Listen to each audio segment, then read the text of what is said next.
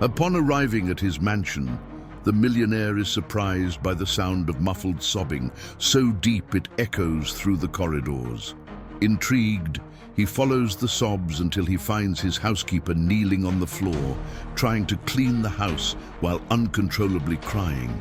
The pain etched on her face reveals that something much greater is consuming her. When he finally discovers the true reason for her despair, the millionaire loses control. His blood boils in his veins, and he explodes with rage. The office door opened with a soft creak, a sound Arthur knew as well as the ticking of the oak grandfather clock he'd inherited from his grandfather. It was almost 11 at night, and the mansion in Greenwich, Connecticut, was sinking into the kind of silence that money buys, a dense quiet that usually calmed him.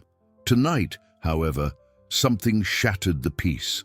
A sharp smell of bleach, stronger than usual, invaded his nostrils, mixed with an almost imperceptible sound, a dry, stifled sob. Arthur paused at the threshold, his leather briefcase still in hand, his eyes adjusting to the dim light. And then he saw her. Helena, the woman who for 5 years had cleaned his house with a silent efficiency, was kneeling beside his mahogany desk. The bucket of murky water rested beside her, but the cleaning cloth was on the floor. One hand, gloved in bright yellow, covered her face, and her shoulders shook with a restrained, painful rhythm. She hadn't heard him arrive. Arthur's world was made of numbers, of charts that rose and fell on a computer screen, of decisions involving figures with so many zeros they lost all meaning. His net worth was a monument to his discipline. He managed a fortune built on the cold logic of investments, of stocks on Wall Street that he monitored with a surgeon's precision. Emotions were uncontrolled variables, inefficient, but Helena's crying was different. It was a glitch in the matrix of his perfectly organized life. He cleared his throat, and she jumped, startled. She quickly tried to wipe her face with the back of her glove, an awkward gesture that only made things worse, smearing the moisture. "Mr. Sterling, I'm so sorry. I didn't." Her voice was a thread, choked and weak. She hurried to pick up the cloth, trying to compose herself, adjusting her blue uniform with a dignity that seemed fragile in that moment. "It's nothing. I tripped. I'm almost finished." Her eyes, red and swollen, told another story. Her hands, even under the latex, trembled. Arthur's instinct, the executive's instinct, was to give an order, finish up, and go home. But something stopped him. An old, dusty image surfaced in his mind. His mother, her hands rough from scrubbing other people's floors, hiding her exhaustion behind a smile. The promise he'd made to himself, to honor those who work unseen, echoed in his chest. He walked over to the small bar in the corner of the room, ignoring the pricey bottles of scotch. He opened the mini-fridge, took out a bottle of mineral water, and held it out to her. "Sit down," he said, his voice softer than he'd intended. "Have some water." Helena hesitated, her eyes fixed on the marble floor, as if eye contact might shatter the last remnant of her composure. But she obeyed. She sat on the edge of one of the leather armchairs meant for investors and partners, a place she never imagined she would sit. The silence stretched. Arthur didn't press. He just waited, giving her the time he rarely allowed himself. Finally, her voice emerged, a whisper laden with shame. "It's not about the work, sir. I would never do anything wrong here." She took a deep breath. "It's because of him, the bills, the debt. He says it's me, but I swear it's not. He humiliates me, controls me, and now I don't know what to do anymore. I'm sinking." The secret was out, floating in the rarefied air of the room where multi-million-dollar deals were decided. Arthur showed neither surprise nor pity.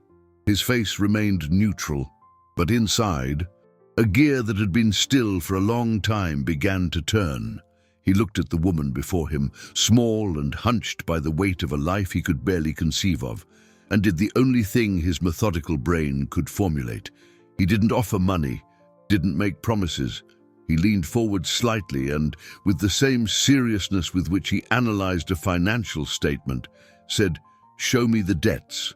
Helena barely slept that night. His words, "Show me the debts," echoed in her mind, a mix of hope and dread.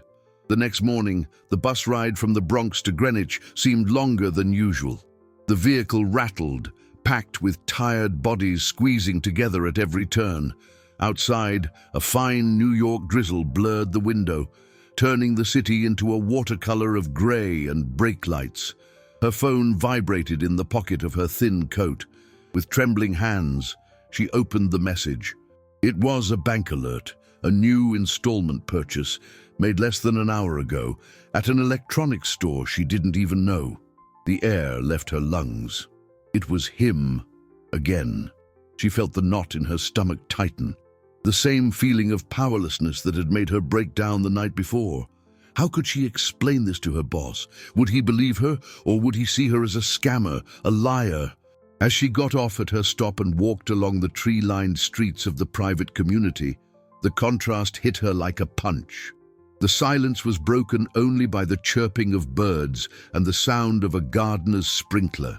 Each house was a fortress, a world unto itself, with its own walls and cameras. Arthur's was one of the most imposing, a monument of glass and concrete that seemed to float above the perfectly manicured lawn. She swiped her ID badge at the gatehouse. Then, at the service elevator, each beep a reminder of her place in this universe. To her surprise, she found Arthur in the kitchen, a rare sight at that hour. He was standing by the espresso machine, wearing a simple polo shirt and chinos, a far cry from the impeccable suits he wore for business. He looked at her without a word, but his eyes seemed less distant. "Good morning, Helena," he said, his voice deep. "I made coffee." She murmured a "good morning." And Sir Susan felt her face flush. The shame of the previous night returned with a vengeance. He didn't mention the coffee. He pointed to the small breakfast table. "When you have a moment, please." It was an order, but spoken like a request. Half an hour later, with her heart pounding, she approached. From her worn purse, she took out a soft-cover notebook, crumpled at the edges, held together by a loose rubber band. This was where she kept her true assets. The accounting of her life. She opened it on the white lacquer table. The pages were filled with a tiny, impeccable script, columns of dates, descriptions, and values, noted down to the penny. Arthur leaned in to see. She pointed with her finger at the entries. "This," she said, her voice steady for the first time, "is what I spent this month. Rent, utilities, groceries. And this," she turned the page, "is what showed up on my statement, including today's purchase." With a precision that surprised him, she cross-referenced the information, showing the dates, the times, the inconsistencies. There was no desperation in her voice, only the cold logic of someone who needs to prove the truth to survive. Arthur, a man accustomed to complex reports and audits of his assets, remained silent, observing this manual accounting done with a ballpoint pen.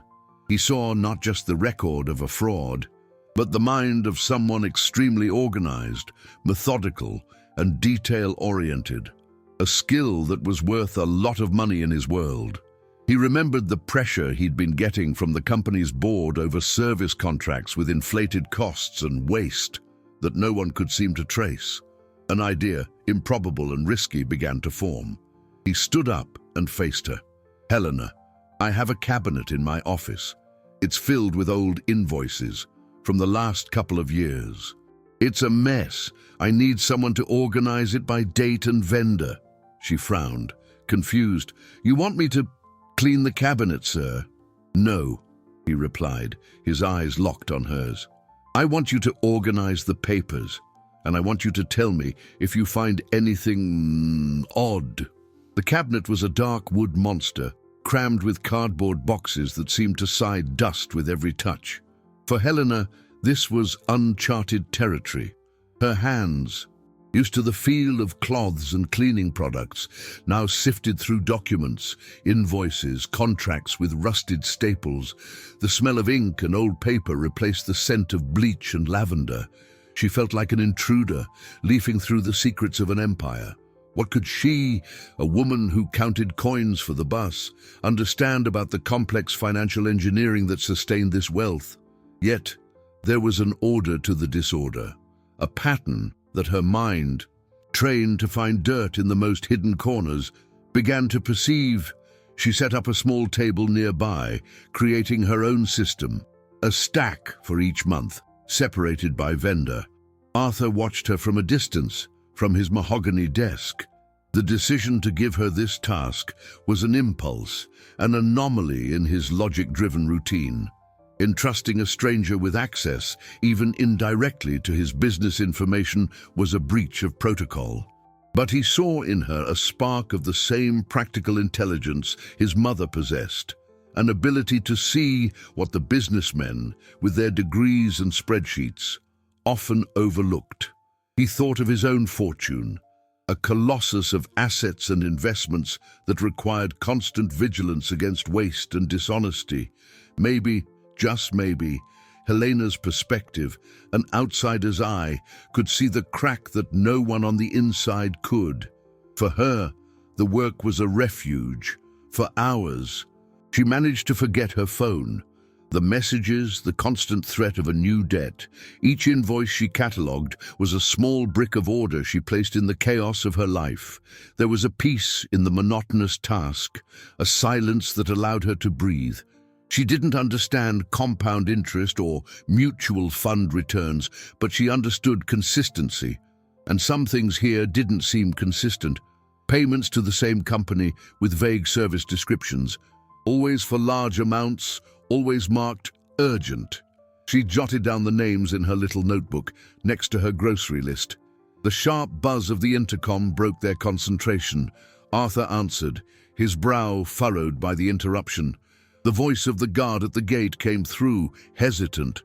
"Mr. Sterling, good afternoon.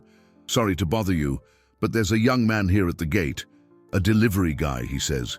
He insists on speaking with the employee." "Helena?" Helena froze. The blood seemed to drain from her face, leaving an icy cold behind. The invoices in her hand trembled. She didn't need to hear the name. She knew that insistence, that false sweetness that hid a threat. It was him. "She can't come to the gate," Arthur answered, his voice sharp, noticing the panic in her eyes. "Please ask him to leave. I don't authorize visits for employees."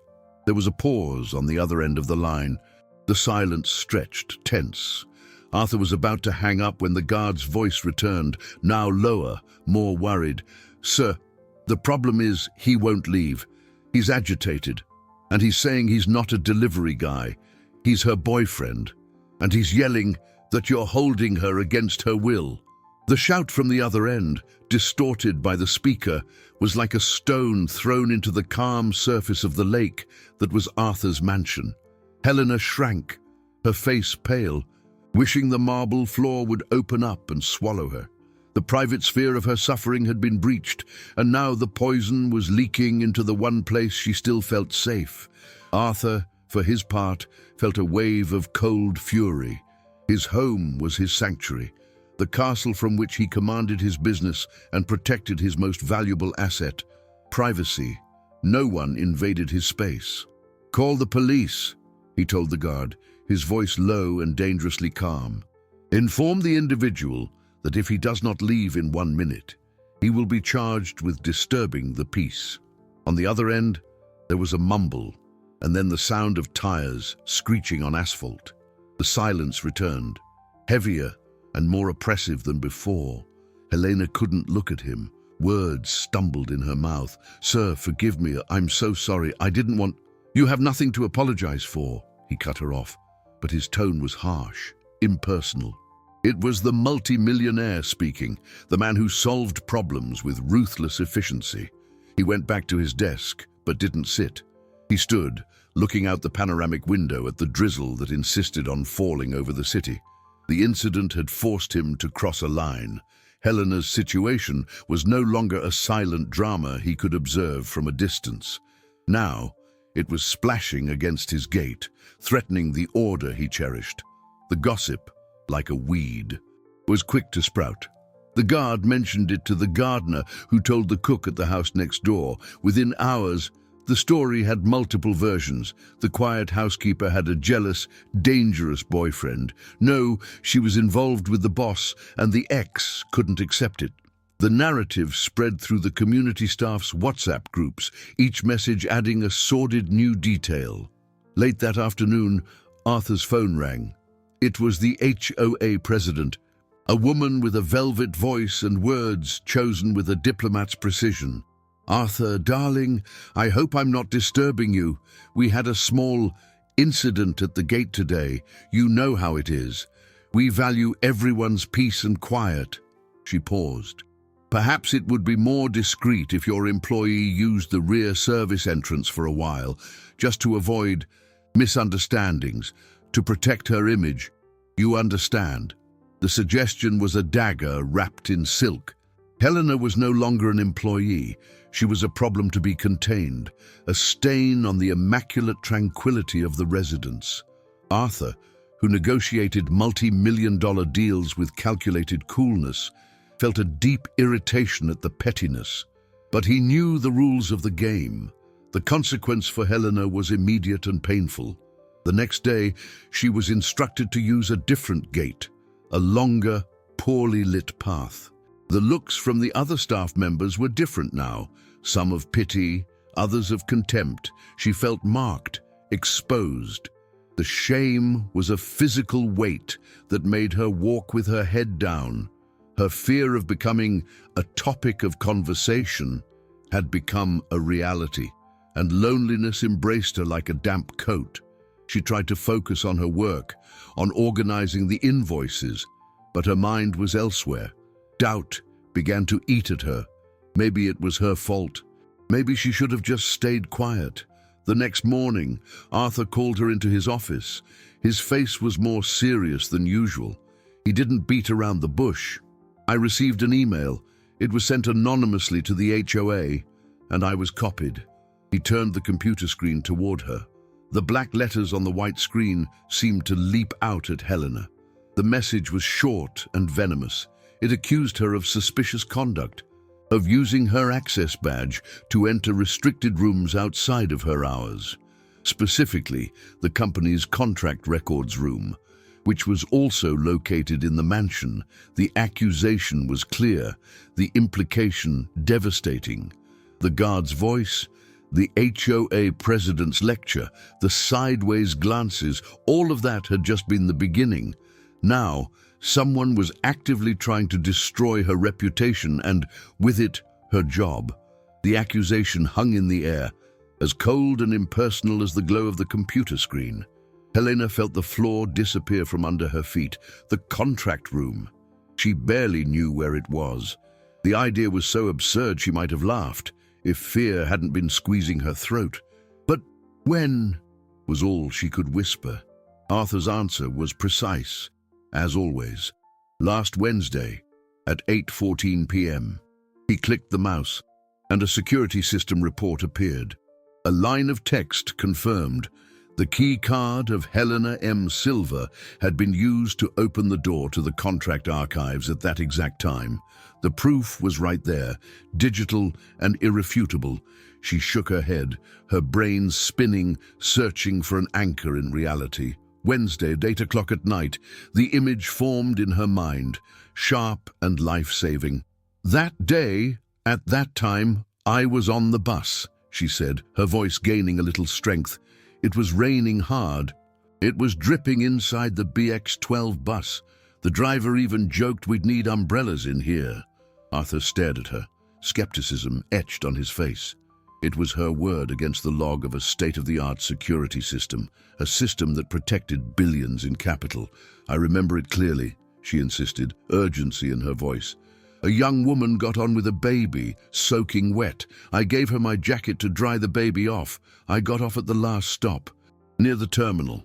It was such a specific human detail that Arthur hesitated. He, who lived in a world of data and projections, rarely encountered the unpredictable texture of other people's daily lives. With a few commands, he accessed the security camera footage from the hallway leading to the contract room. The recording from that night showed the door opening at the exact time. A figure appeared, but their back was to the camera, wearing a baseball cap and a baggy sweatshirt.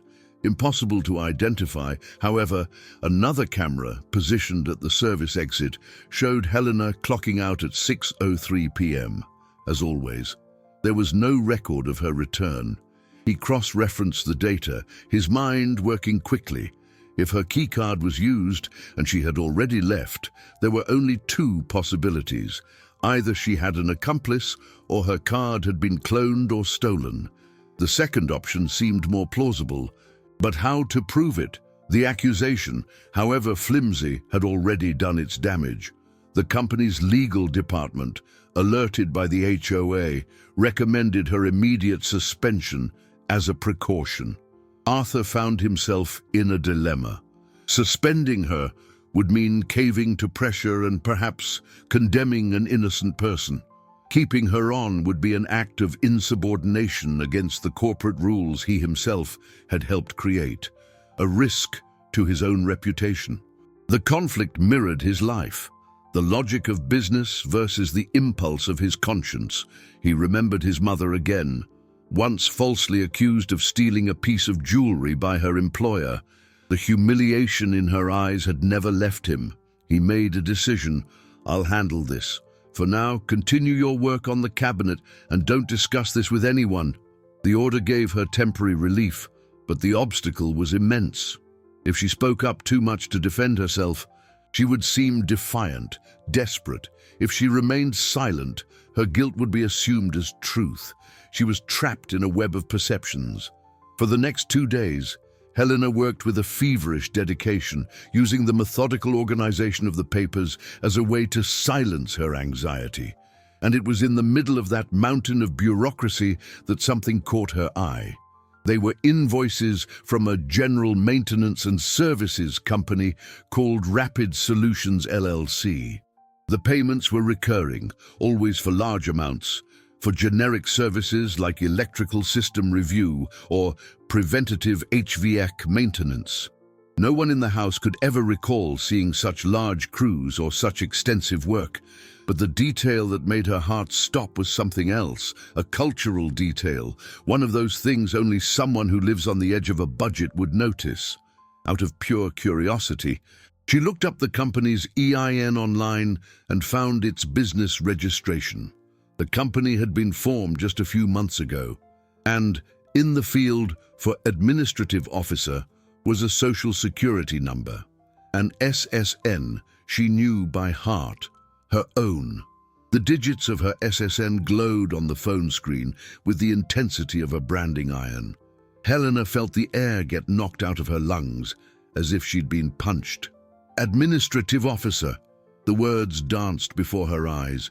Absurd and terrifying. How was this possible? She had never signed anything, never started a business. Her financial life was an open book, handwritten in her worn notebook, and there was no room in it for such madness. Fear, once a ghost that haunted her, now materialized, taking legal form, an EIN, an address. Her memory then triggered a belated alarm, a painful, clear flash. She remembered him, her boyfriend, about 3 months ago, with that easy smile and gentle voice. "Babe, I need a picture of your ID and social security card, front and back. It's to set up a prepaid phone plan, real quick. My name's got a flag on it. You know how it is." She had trusted him. She took the photo with her own phone and sent it, no questions asked. Then he'd asked again, saying the first picture was blurry, and he never returned the original documents she'd lent him for another emergency. Each memory was a piece fitting into the hideous puzzle. The trust she had placed in him had been the tool he used to dig her financial grave.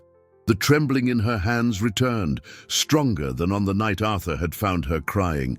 With her heart racing, she walked to her boss's desk. There was no more room for shame or hesitation. This was a matter of survival. She held out her phone, the screen still displaying the business registration for Rapid Solutions LLC. "Mr. Sterling, you need to see this."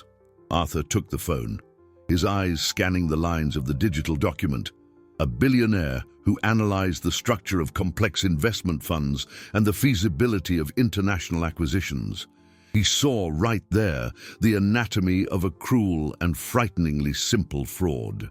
The coincidence was too grotesque to be ignored.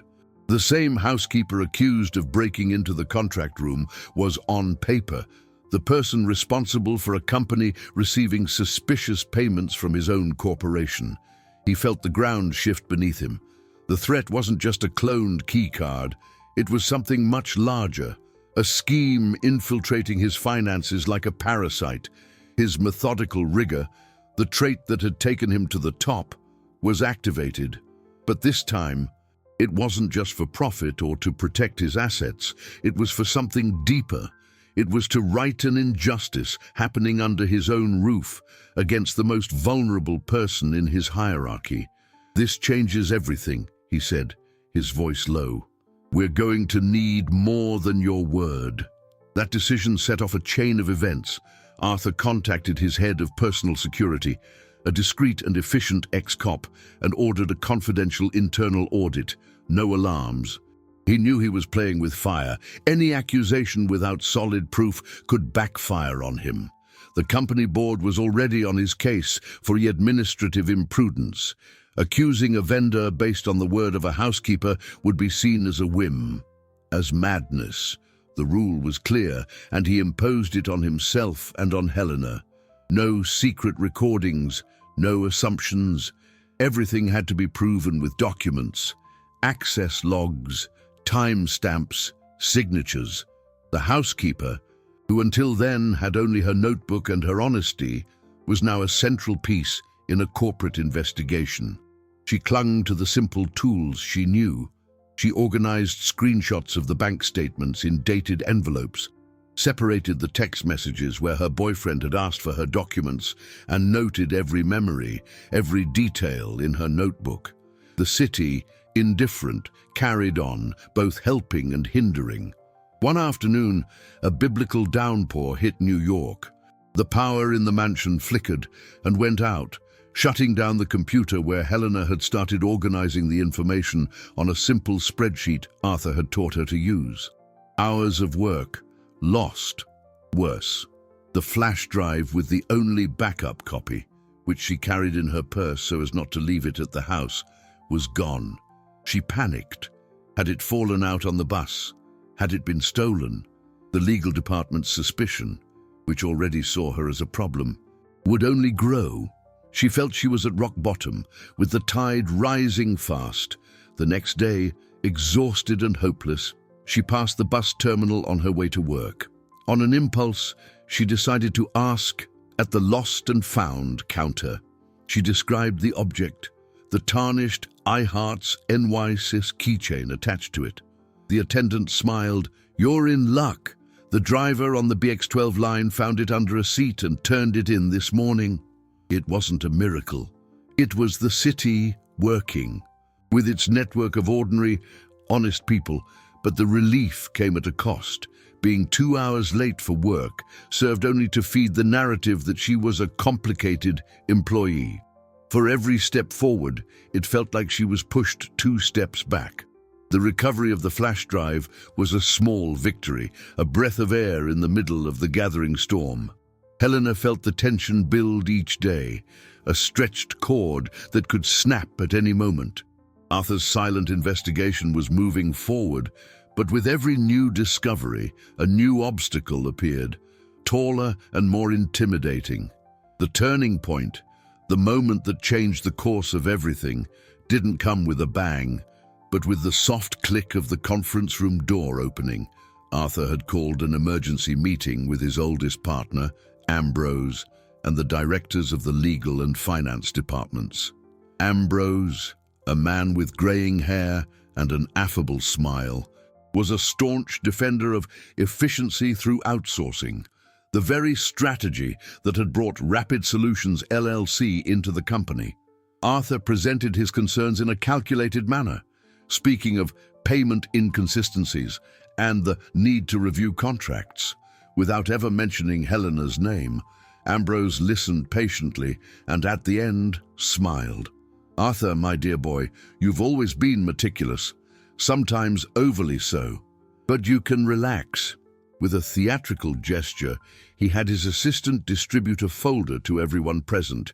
Inside was a complete report on the maintenance company with colorful charts, quality-assured stamps, and corporate jargon designed to impress and confuse. "As you can see," Ambrose continued, "all services were audited and approved. We have photos, execution reports, everything in perfect order." The silence in the room was heavy. The directors leafed through the documents, visibly relieved. Arthur felt trapped.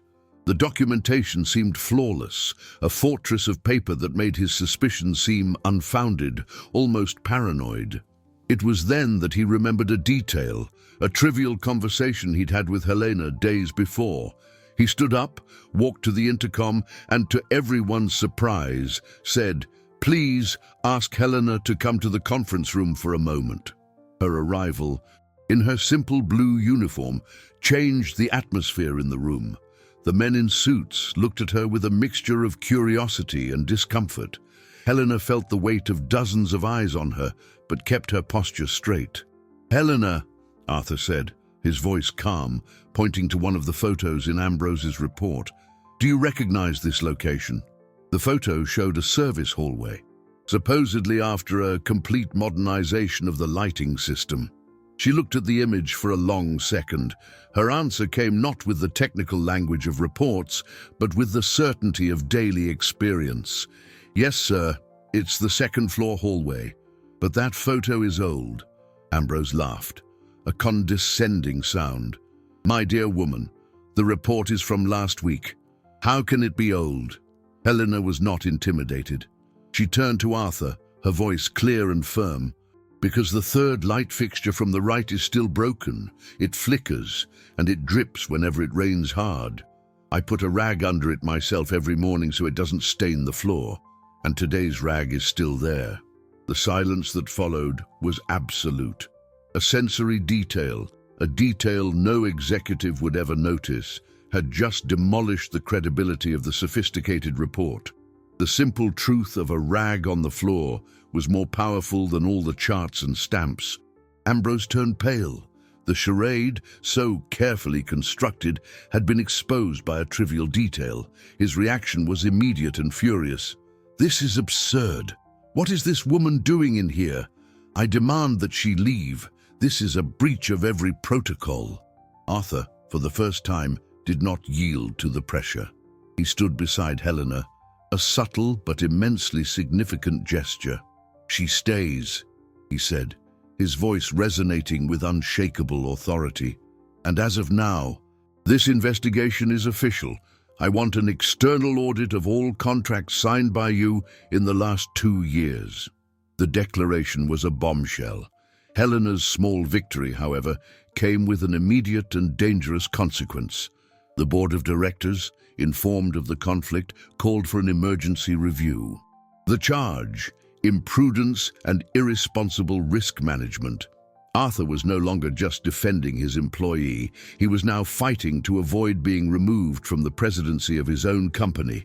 The conference room, once a silent battlefield, was now the epicenter of a corporate earthquake.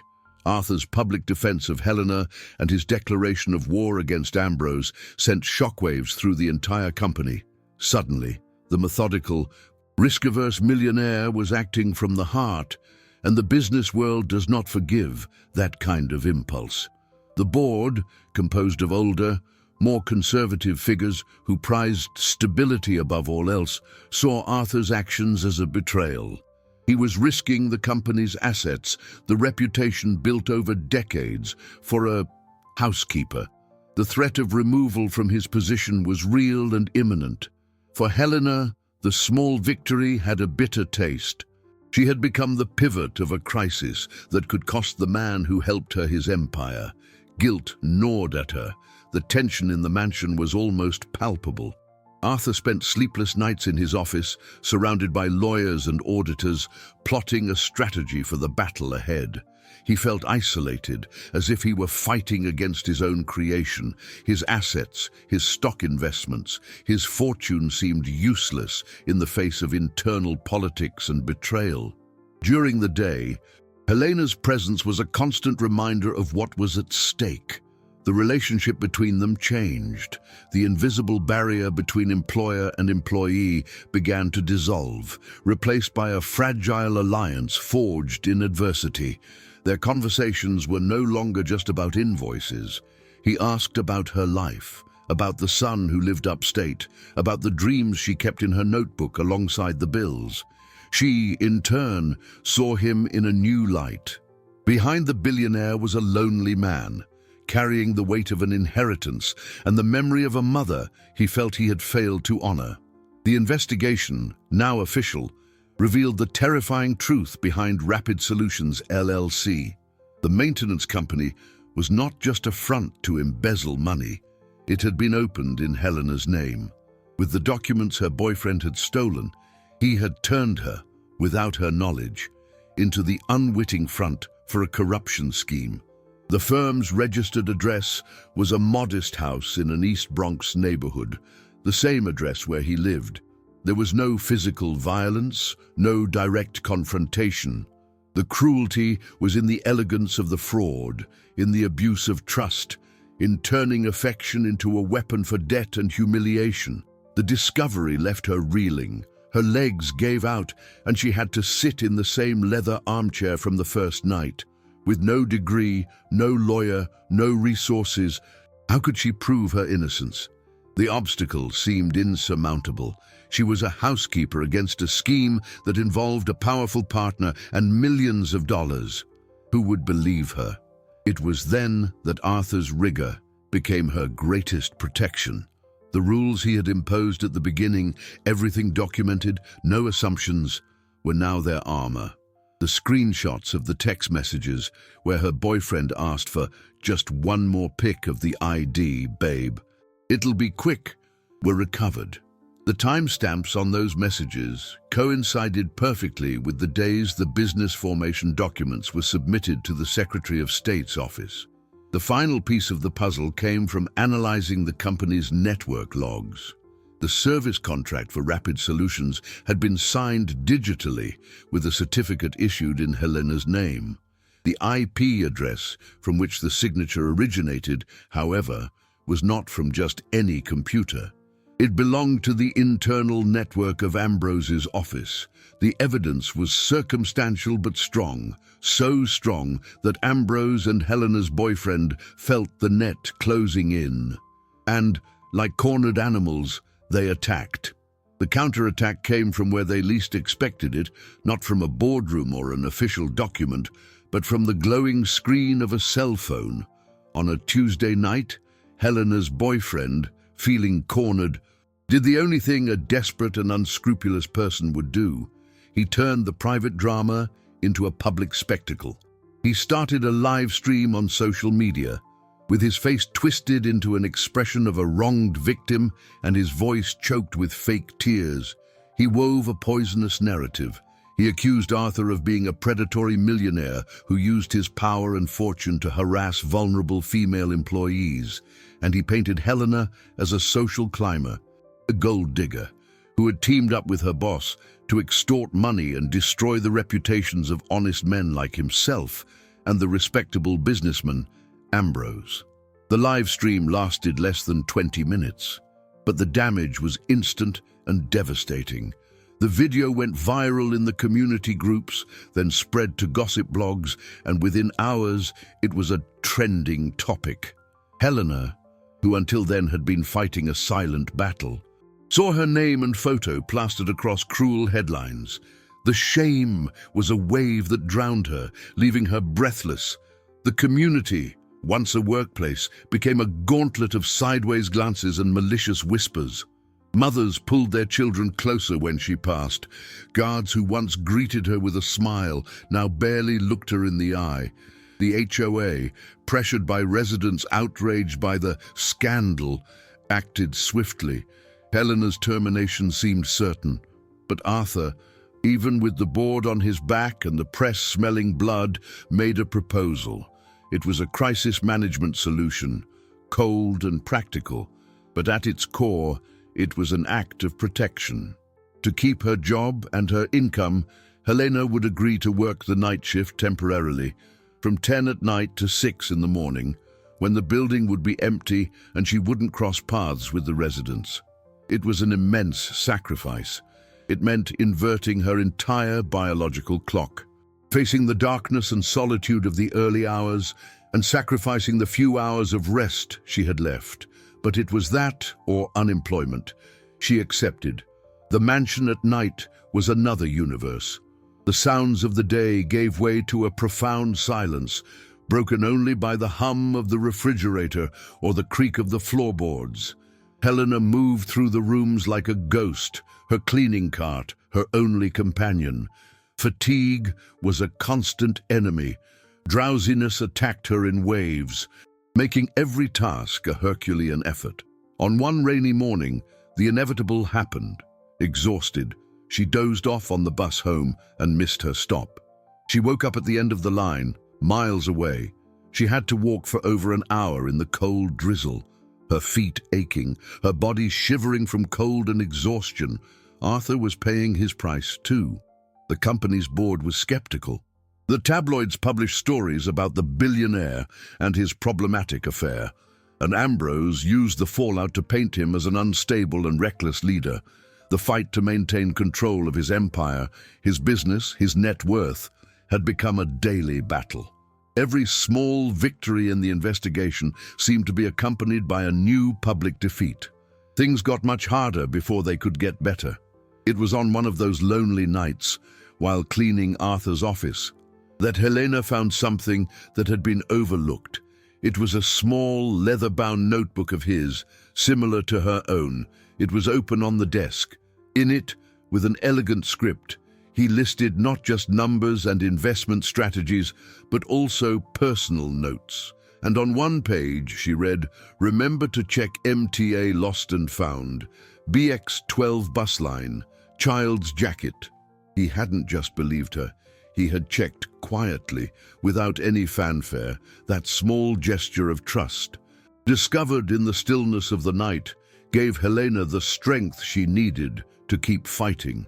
The city itself, with its brutal indifference, became an active character in the plot. Its asphalt veins, its crowded buses, its corner delis that woke before the sun, all were part of the board where Helena and Arthur's fates were being played out. And it was in one of these everyday settings that a crucial piece was found. Arthur, tormented by pressure and insomnia, had developed a new habit. He would go out for breakfast very early, before the city fully woke up. He skipped the gourmet cafes in his own neighborhood and drove to a simple corner deli, a few blocks from the registered address of Rapid Solutions, LLC, a place that smelled of grilled cheese and freshly brewed coffee, which reminded him of a simpler time. He would sit at the counter, order a coffee, and watch the morning rush. The place was a microcosm of city life. The sleepy, short-order cook, the doorman from neighboring buildings, the scent of fresh bread. And it was there, for 2 days in a row, that he saw them. Ambrose and Helena's boyfriend. They didn't arrive together. Ambrose, with his sophisticated air, ordered his espresso. Minutes later, the other man would arrive, sit a few stools down, and order the same. They exchanged few words, a look, a nod. It was a discreet meeting, almost imperceptible to a casual observer, but not to Arthur. He recognized the young man's face from the photos Helena had shown him. The coincidence was too glaring. On the third morning, Arthur came prepared. He didn't use recorders or illegal methods. He just chatted with the guy behind the counter, a sharp-eyed young man named Ricky. He left a generous tip and asked casually if those two gentlemen were regular customers. "Yes, sir," Ricky replied, with the readiness of someone who values a good customer. The older guy comes in all the time.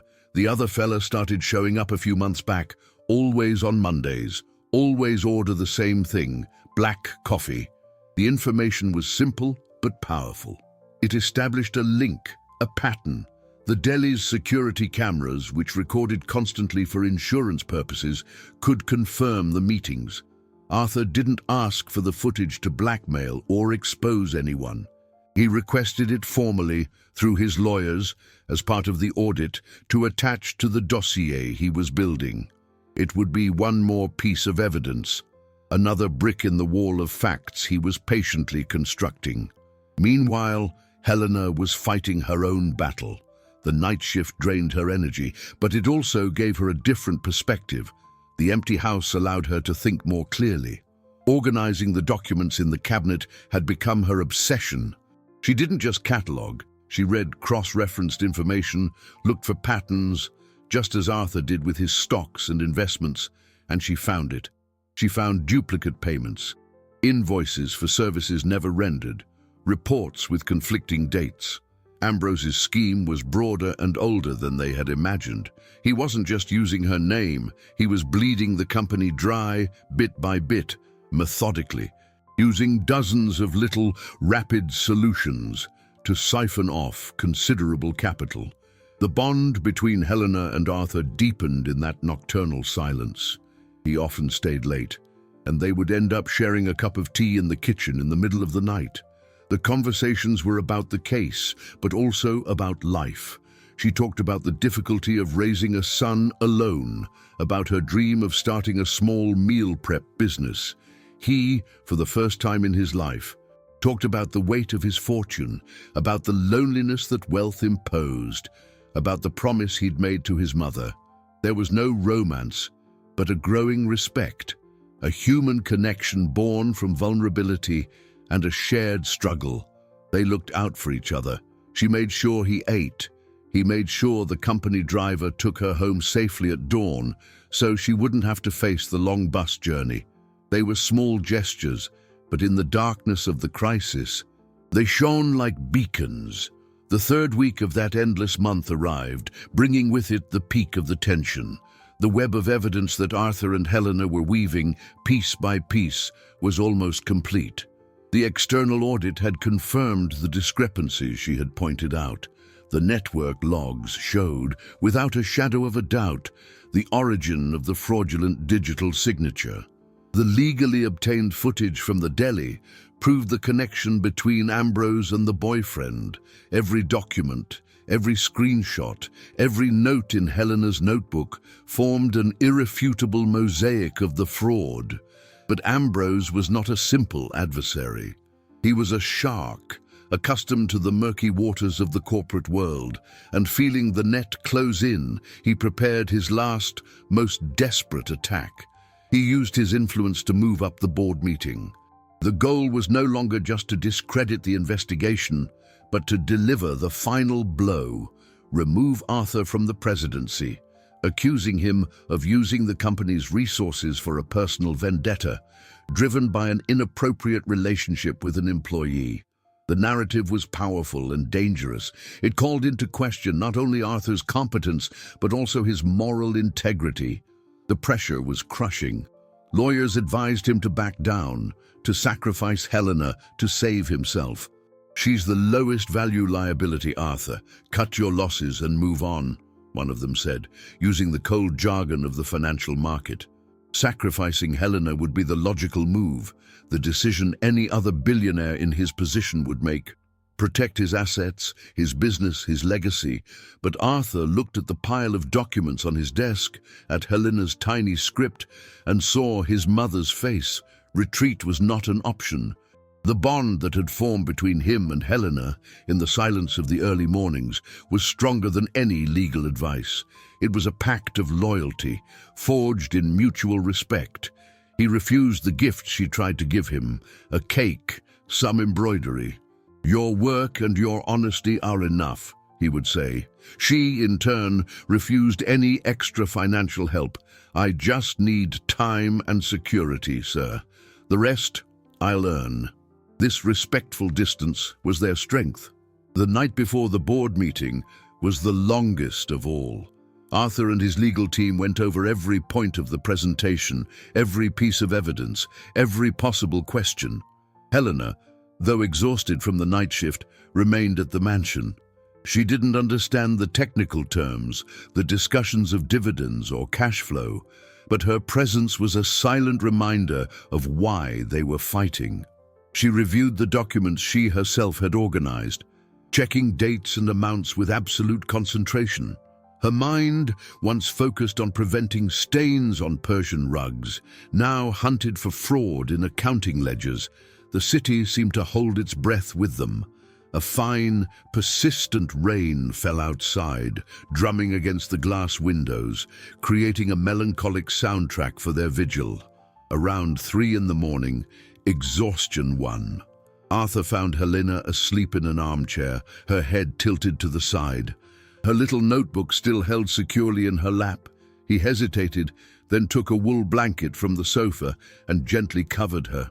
In that gesture, there was no condescension from a boss, but the care of a fellow soldier in the trenches.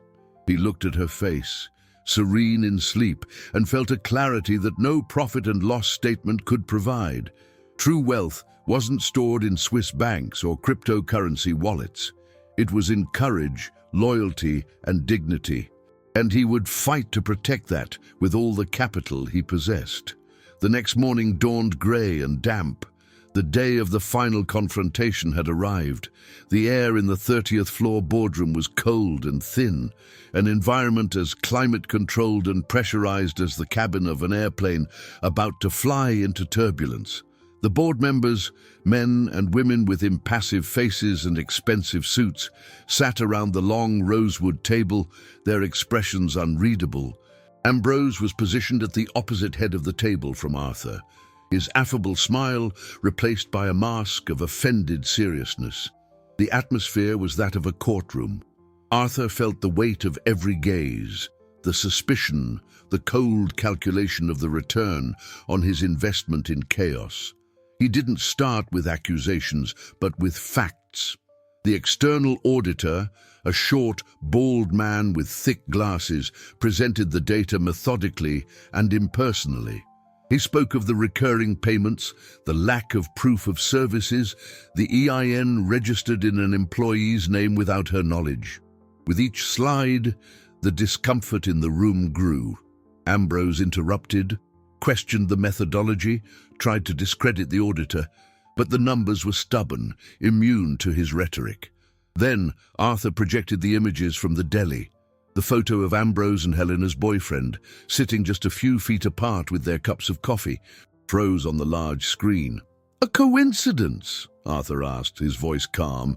"2 Mondays in a row, same time, same deli 2 blocks from the shell company's headquarters?" Ambrose paled but quickly composed himself. "This proves nothing. It's an insinuation, a desperate attempt to tarnish my reputation." The tensest moment, the climax of the battle, came when Arthur asked Helena to enter the room. She walked in with steady steps. Despite her heart hammering against her ribs, she didn't look like a fragile victim, but a confident witness. Arthur invited her to sit next to him, a gesture that shocked the board. He didn't put her on the witness stand. He positioned her as his partner in the search for truth. "Mr. Ambrose is right," Arthur said, surprising everyone. "The pictures don't prove a crime. What does is the combination of all the facts." He then projected 2 documents side by side on the screen. On one, the digitally signed service contract. On the other, a screenshot of the text conversation where the boyfriend asked for the photo of Helena's ID. The timestamps on both were mere minutes apart. Next, he showed the network access log, proving the signature was made from within Ambrose's office. "And now," Arthur said, turning to Ambrose, "do the final piece." He signaled to his assistant, who connected a video call. The image of Ricky, the deli attendant, appeared on the screen. He looked nervous, but his voice was firm. "Yeah, I recognize them both. The older guy paid for the younger guy's coffee both times, and the second time I saw him hand the kid a manila envelope. He said, "Get this handled before it comes back on us." The room fell into absolute silence.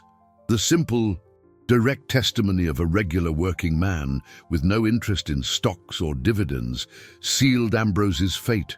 The fraud, once an abstraction on spreadsheets, now had a face, a voice, a manila envelope. Helena, who had remained silent, finally spoke, her voice clear and steady, addressing the board. "I don't have a college degree. The only thing of value I own is my name, and they used my name to steal. I only clean floors. But I know the difference between right and wrong, and what they did wasn't just wrong, it was cruel." Her words, stripped of any corporate jargon, echoed in the room with the force of a universal truth. The moment of emotional resolution was there, not in the villain's downfall, but in the affirmation of the heroine's dignity. She wasn't asking for revenge, only justice. The chairman of the board, an elderly gentleman who had been quiet until then, cleared his throat. He looked at Ambrose, whose face was a mask of defeat, and then at Arthur. "This meeting is adjourned. We will reconvene in 1 hour for deliberation." As they left the room, Arthur looked at Helena. He didn't smile. He just nodded, a gesture of profound respect. The hardest battle had been won. The hour that followed felt like a lifetime. Arthur and Helena waited in his office. The silence between them filled not with anxiety, but with a sense of a job well done. The storm had passed, and now they had to see what was left standing. When they were called back to the boardroom, the atmosphere was completely different. The hostility had given way to a solemn sobriety. The chairman announced the decisions with the formality of a judge delivering a verdict. Ambrose was to be immediately removed from all his duties, and a full forensic investigation would be conducted into all his dealings and contracts. The company would file civil and criminal charges against him and the others involved in the fraudulent scheme. Arthur, in turn, would receive a vote of confidence from the board, but with one condition: the immediate creation of a more rigorous and accessible compliance and governance program for all levels of the company to ensure nothing like this ever happened again.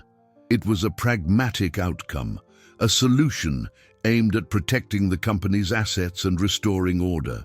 But for Arthur, the most important resolution was missing. He stood up and, in front of everyone, said, "I accept the condition, and I insist that Ms. Helena Silva help us design this new program." A murmur went through the room. One executive even chuckled, thinking it was a joke. "It's not a favor," Arthur continued, his voice firm, cutting through the skepticism. "It's a recognition of competence. Miss Silva has demonstrated more attention to detail and more integrity than many executives in this room. She saw what no one else saw. I want to offer her a salaried position with training, legal support, and all the necessary tools. Her perspective is too valuable to be wasted with a cloth and a bucket." Helena was speechless. The offer was more than she could have ever dreamed of. It was a door opening to a world she had always seen from the other side of the glass. She looked at Arthur, and he gave her an encouraging glance. Her answer came, simple and true to who she was. "I accept, Mr. Sterling, on one condition." Everyone leaned in to listen. "I'd like to continue cleaning your office 2 mornings a week, just so I don't forget where I came from."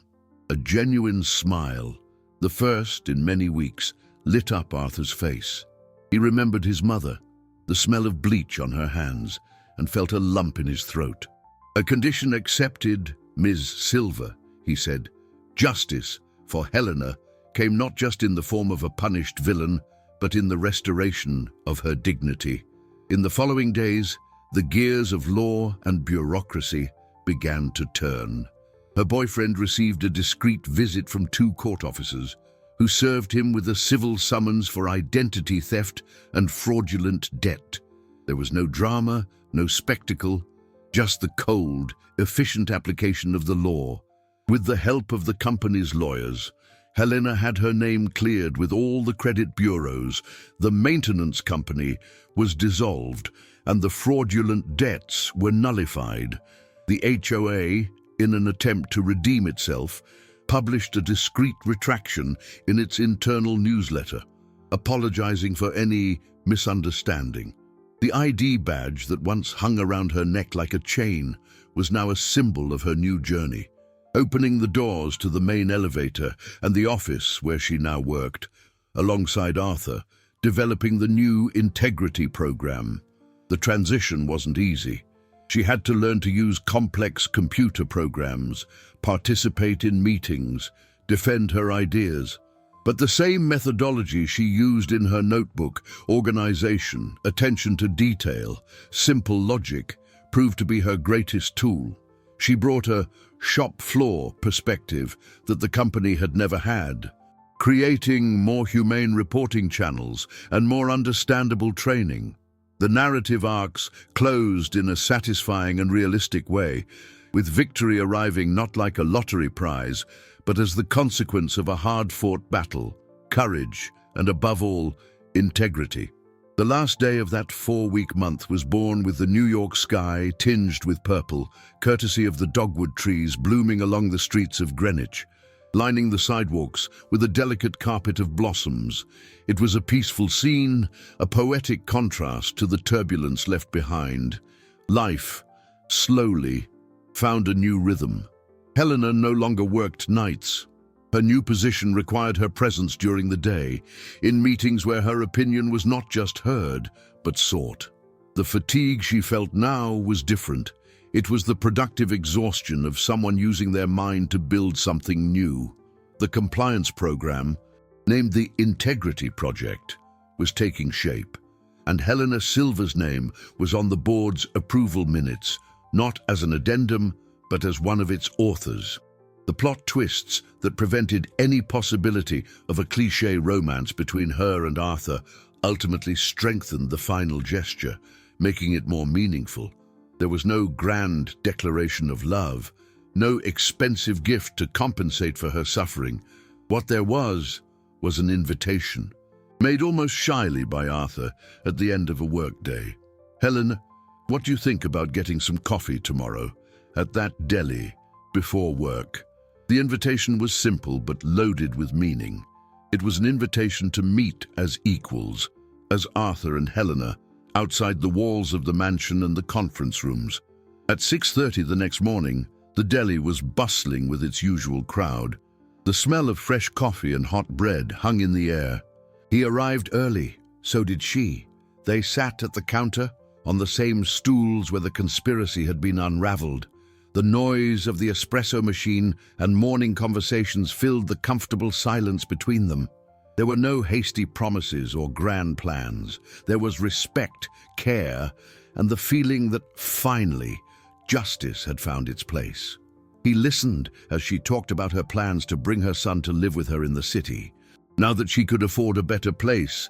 She listened as he talked about his idea of creating a foundation in his mother's name, to offer scholarships to the children of domestic workers. They were building something new, a solid friendship founded on mutual admiration. The final resolution came in small details that, together, painted a picture of hope. The guard at the community gate, the same one who had looked at her with suspicion, now greeted her with a warm, "Good morning, Miss Helena." The deli attendant served them their coffees and gave them a knowing wink. The ID badge she wore around her neck was no longer for housekeeping, but for governance analyst. As they left the deli,